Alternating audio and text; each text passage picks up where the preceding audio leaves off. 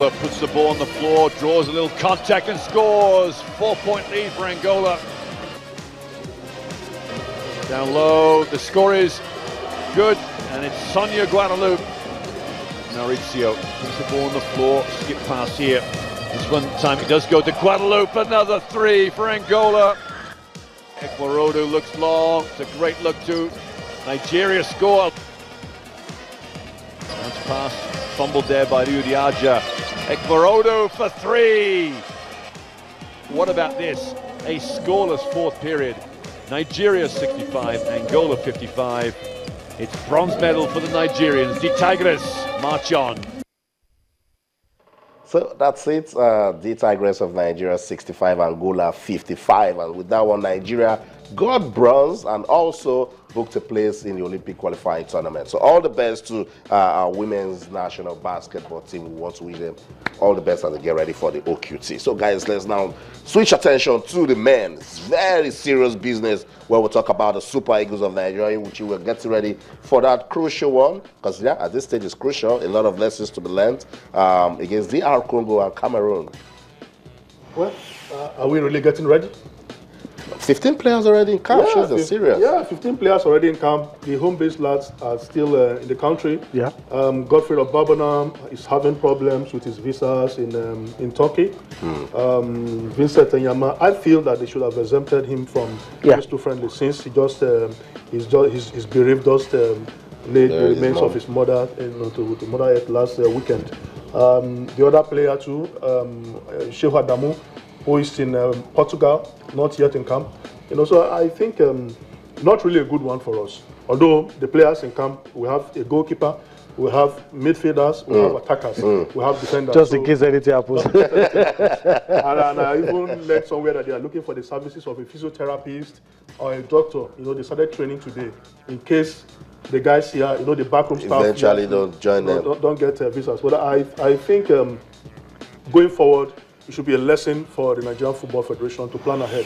I understand that these two friendly games, we are the gap between the time it was planned and the time the team started getting ready for their traveling arrangements, we are too short. But moving forward, they should plan, leave more time for preparation. This is not good enough for the national team. When some players are supposed to join the rest of the team and they are still here. This is today is 5th. And the first game is on Thursday, 3 days. If eventually they leave, hopefully tomorrow night, they just have a day to get ready for the friendly. But I think the idea of the friendly is a good one because we have a World Cup qualifier next month against either Djibouti or Swaziland. So I think we just hope that Olise will try to make the best out of the situation. That's it. Just logistics problems, giving issues at the moment. But let's just say this quickly, that on behalf of the sports team at Channels TV, we want to, say to Super Eagles captain Vincent Enyama that we are with you in our prayers at this moment of grief. Etubum Vincent Enyama, I try to speak to him.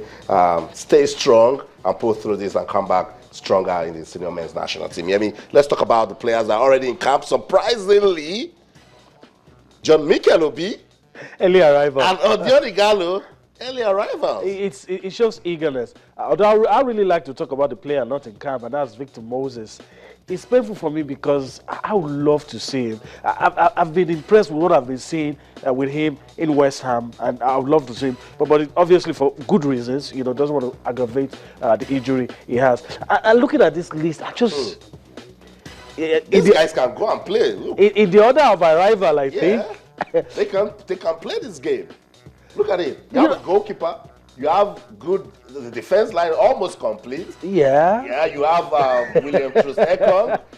What's his name? If Andrews can even play in the center, Echejile is there. And Ogeyo Nazi is there also. He's looking good. And Leo Balogun is also there. So if something goes wrong, these guys could just for the sake of the lads back here, something should not go wrong. But looking at this list, I'm delighted. It's encouraging. Then again, when a new coach comes, players under CSA was so, under Keshi was so, new coach comes, all the big boys, some of the guys that would normally not behave well. First few matches, they behave well. Suddenly something goes wrong. I'm seeing Mikel, and the question, I know he has received a lot of bashing, and it's not fair for me to say this, but I'll say it. I mean, a lot of us will argue, okay, is it because he's not playing well in his club? No, still a good player any day. Yeah. But that question will come to your mind. Will come to your mind, is he taking us seriously now? But then again, you balance it with the fact that is how these guys behave when a new coach comes in. Yeah. 6 months, 1 year down the line, it's back to business. I see Alex Iwobi already in camp also. Somebody was reminding me that guy would get camped before Kelechi Iheanacho. You're laughing. It's a cruel world. It's a cruel world. There have been this comparison between, whether Olise should have invited Kelechi Iheanacho ahead of Alex Iwobi. My opinion on this issue is, the coach has the final say to invite the players. And you look at what Alex Iwobi, the commitment he has shown. In March this year, he came with his father to the Under-23 team.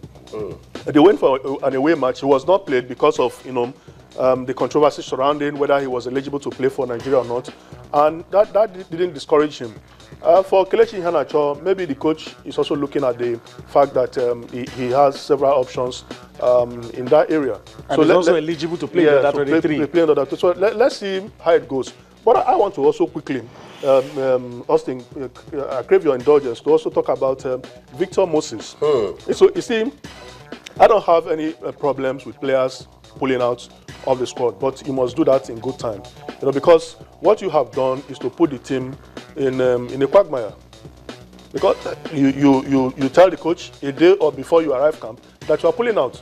You got this invitation about 2 weeks ago. Yeah. If you knew that you wouldn't make it, then you shouldn't have. You should have contacted the coach almost immediately. But maybe it wasn't just his decision. No, West Ham needed to say 1 or 2 things. No, but doctors need to assess. Or maybe pick the injury a day or two. No. He played last Saturday. Played the last game. He played last Saturday. In the last assisted for the last 4 games, he has been regular for West Ham. My worry. I'm a big fan of Victor Moses. But my worry for this guy is discipline on the field, tactically. That's why he doesn't finish games. Because when he's with the ball, very dangerous player. Yeah. Off the ball, when he's not without the ball, he's almost anonymous. And the same thing happens when he's off the pitch. So you need to be disciplined as a player. I think that's why Jose, excuse me, is not using him in Chelsea.